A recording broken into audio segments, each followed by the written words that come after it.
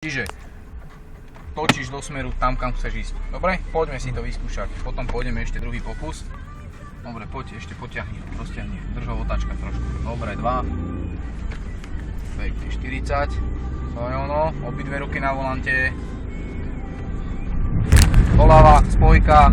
Drž vľavo a vyrovnaj. To je ono.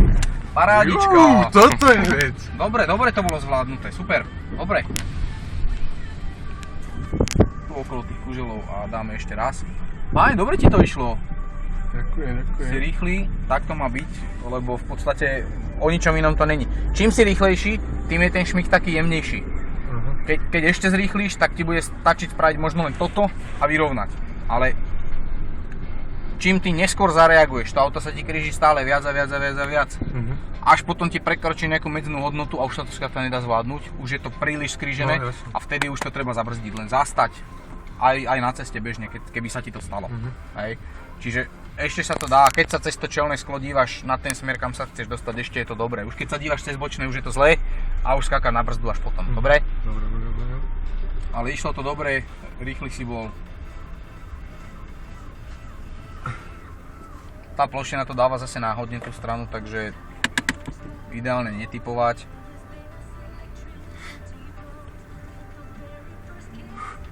Ale stále som nervózny.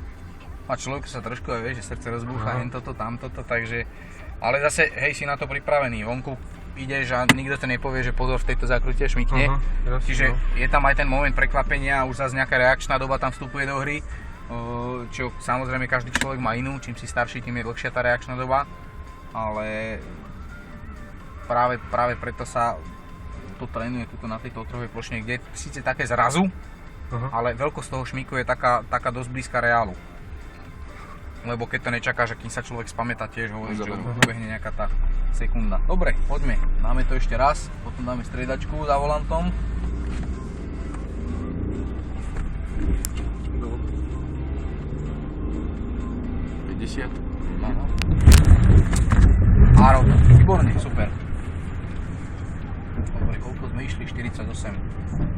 Takže skoro ideálne. Dobre to bolo, super.